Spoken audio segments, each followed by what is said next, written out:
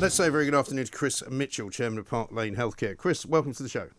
Good afternoon, Mike. Hi. Thanks very much for joining us. I suppose I should start off with asking you whether you agree with Matt Hancock, really, and if so, why? I do agree with Matt Hancock. The world has changed, and we're not a country that likes to be dictatorial. We're a democracy. But at the end of the day, we've got 300 staff, all bar about 2 or 3 tops at last count have taken the vaccine. And the edict that we're going to be saying to everybody new is, if you want to work in healthcare, as far as we're concerned, get the vaccine. And I feel very, very strongly about it. Times have changed. You have to adapt accordingly. And it's a very real problem. And fortunately, we don't have it at Park Lane. We only had about 13% dissented at the very start, which was the national average was 35%. That was about 6% within a few days. I did a round robin tour of all our homes to meet everybody individually and talk through their concerns. And we've now got a couple of people left, and that's where we are. And those people who have not been vaccinated, have they given you a reason? Yeah, they're strong reasons. But I mean, everybody's got a strong reason. If it's health related, then that's fine by us, providing it's proven. But if it's health related or it's pregnancy, that's fine. But any other reason, I'm going to take some convincing. But once already on board, of course, we live in a society today where you can't say boo to a goose. So you can't. Well, you can say boo. You can say boo to me, Chris. Don't worry, I can take it. But, yeah, you know what it's like, though. It's a protectionist sort of world that we live in today, and that's fine. We all need people to stand up for us. But I feel very strongly about this. Yeah, but who's going to stand up for people who don't feel comfortable taking it? Because, as I said, there are plenty of young women that I know who have said to me that they're not certain that there's any suggestion that there's a problem with fertility by taking it. They're by no means convinced that there is. But as long as there's a smidgen of doubt, surely you're within your rights as a young woman to say, I don't wish to put my fertility at risk, therefore I don't wish to take it. Would you let somebody like that work for you? Well, no. I mean, I would say to those people going forward, I mean, my argument would be, yes, you are within your rights, but go and work in something else.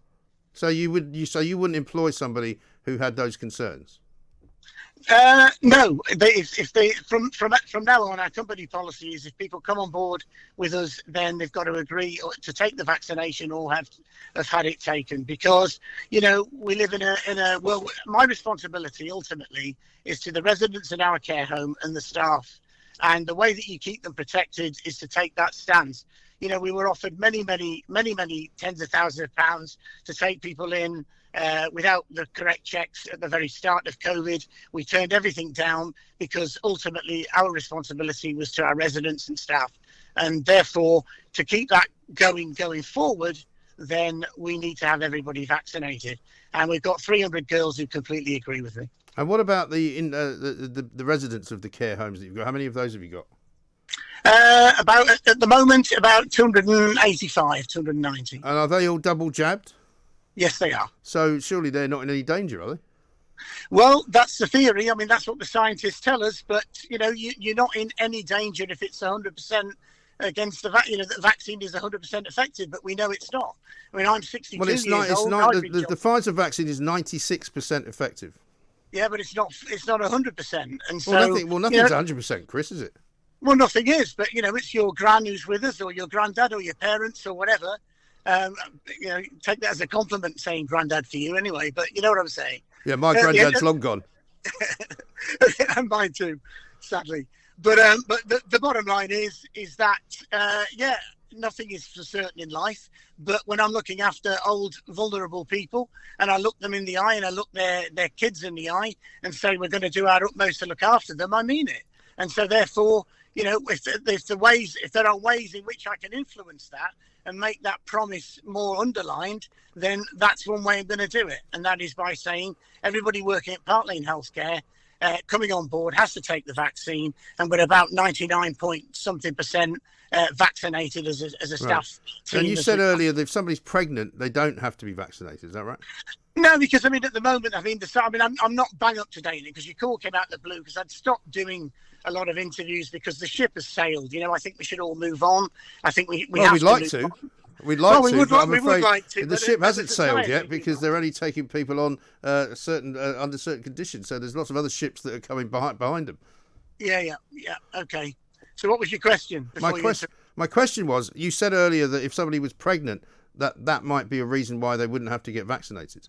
Yeah, and that what I was trying to say, I think, was that the last research that we did on it and that we took on board was that they were still advising ladies who were pregnant not to get the vaccine.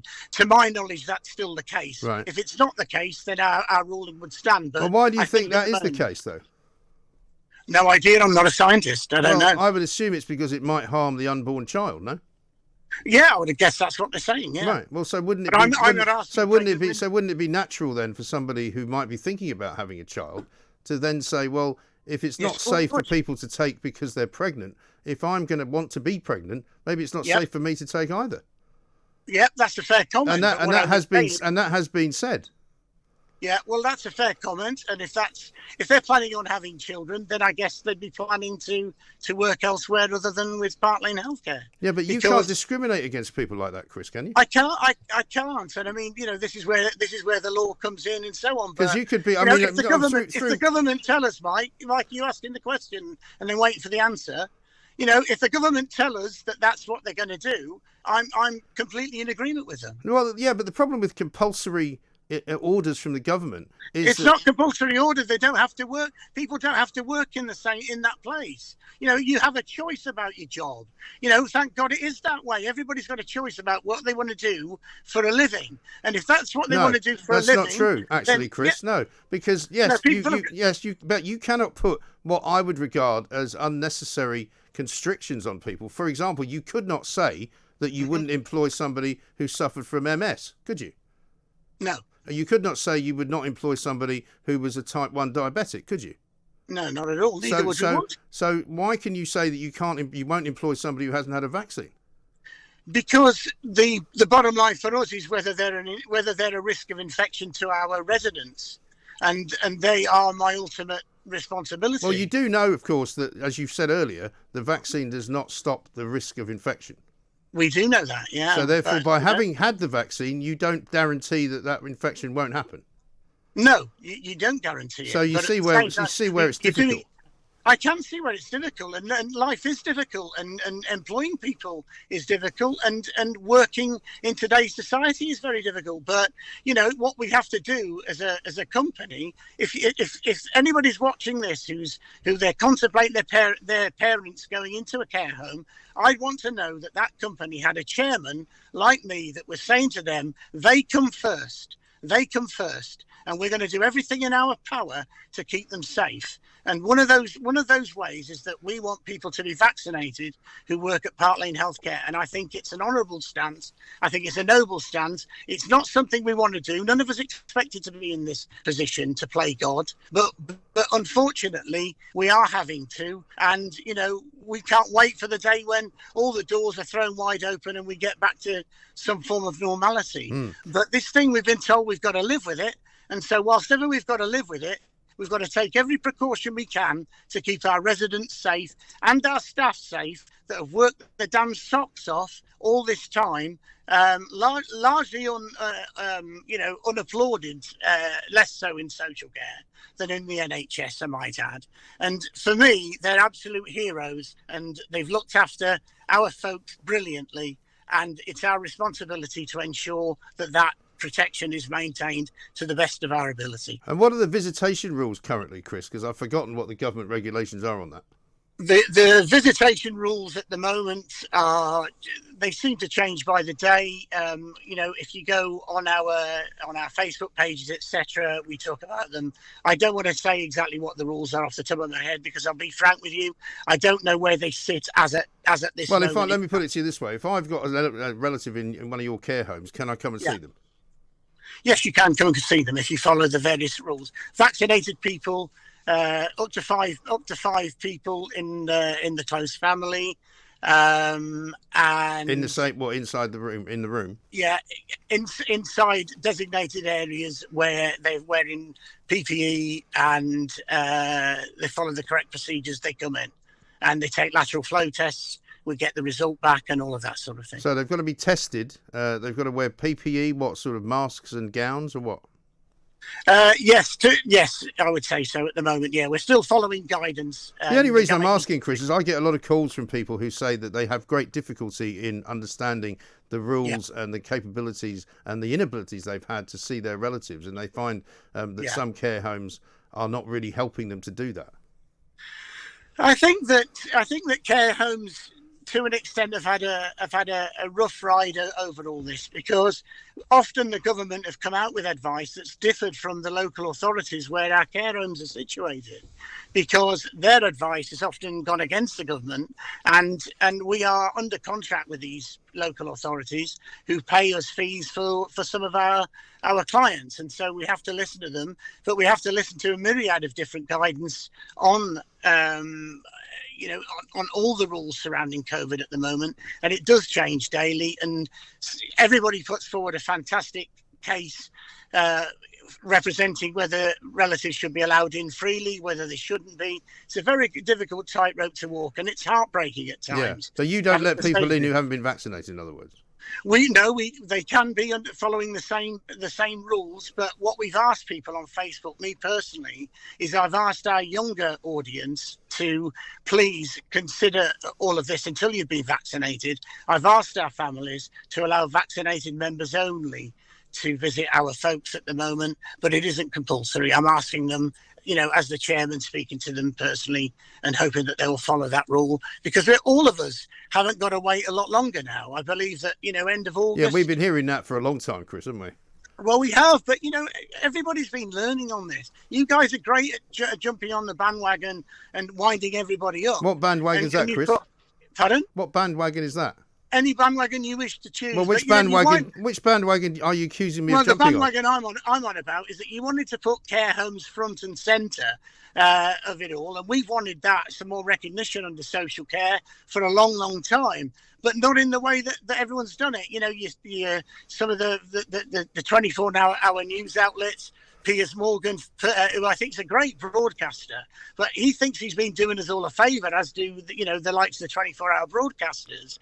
But a lot of these people have put us front and centre for the wrong reasons, because everybody now thinks, and did think during the height of the pandemic, don't go into a care home, you'll catch COVID. But the reality is that everybody who didn't obey those rules gave our folks at other homes, I might add, COVID, rather than us being the source of COVID. But yet, it's been... Well, wasn't it the case that people who were working in those care homes were also giving people COVID? That's possibly the case. I'd like to think that none of that happened. But why weren't you testing them? Sorry? Why weren't you testing them? Testing who? Testing the workers. Well, we do all the time. Well, you do now, but you weren't doing it first of all, were you? We were doing it from the minute that we had the facility to be able to do so. So whose fault is it? Whose fault is it that all the people who died in care homes died in care homes then? Whose fault is it? Yeah. What are you trying to lead me into here? To slagging off of the government? I'm asking you a question, Chris. Yeah. Okay. Whose fault was it? That people that were allowed in care homes? Whose fault? No, we're told that an awful lot of people died in care homes. Whose fault is that? I would say some of it lays the fault of the government discharging them from hospital. I'd say some Matt Hancock says that accounts for 1.6% of it, according to Public Health England. I wouldn't agree with that. I would have thought it was a lot higher than that. All right. Well, so if some of the fault lies with the government, where else does the fault lie? I would have said that there'll be certain care homes that probably didn't follow the guidelines as well as others, but I would have thought they're in the minority. But the trouble you've got is that you could have one person go into a care home and it gets around the care home, and before you know where you are, you could have 30, 40, 50 people with it. I mean, did you lose many residents in your group? Sadly, out of all the people we had, of the 15 months it's been going on so far, we've probably had 12 or 13 months COVID-free in all our homes. We had probably a 4 to 6 week spell in 2 homes, and across those 2 homes, sadly, we lost, I believe, 3 people. Yeah, that's quite a small number, isn't it? Do you think it's been exaggerated then, this business of people who've died in care? Well, Chris Whitty said at the start of all this, I remember him saying on the TV, one of the very early interviews, he said, look, not wanting to let you know that just because you're 80, you're a goner, and that's the very words he used, somewhat wryly. And from what we sadly lost 3 people, and it's 3 too many. But that was probably 3 out of when those outbreaks were in our homes. Probably 3 from probably 70 or 80 people that got symptoms of COVID, and a similar amount of staff. That's how it can rip through a care home. But it did prove that Chris Whitty was right, and that a lot of them had no symptoms. A lot of them had mild symptoms. Some had worse symptoms. It proves that an awful lot of people that got COVID didn't die as well. Absolutely. Which is what I've been saying. But that's back to the prayer. Yeah, but all you guys do is talk all the doom and gloom all the time. I don't think you've been listening to me, Chris. You, Mike, I don't know whether you've ever listened to my show, Chris, but I'm very far from doom and gloom. Final question for you, Chris. Well, that's why I don't know. I haven't listened to your show. Well, you're obviously missing out on something that you should be not missing out on. I'm obviously join the revolution, mate, for heaven's sake. How much do you pay your average social care worker in your homes? How much do they get paid?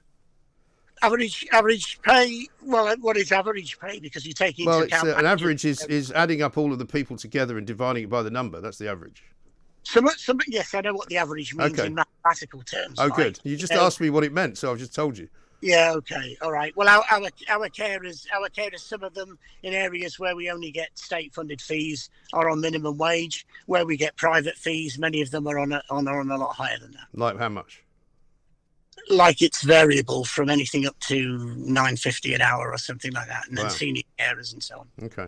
All right, Chris. Well, listen, I appreciate your time. Thank you very much indeed. You need to lose that chip on your shoulder, though, about the journalism in this country, because if it wasn't for the journalists in this country, you'd be in a much worse place, I can tell you that. Chris Mitchell, Chairman of Park Lane Healthcare. This is Talk Radio.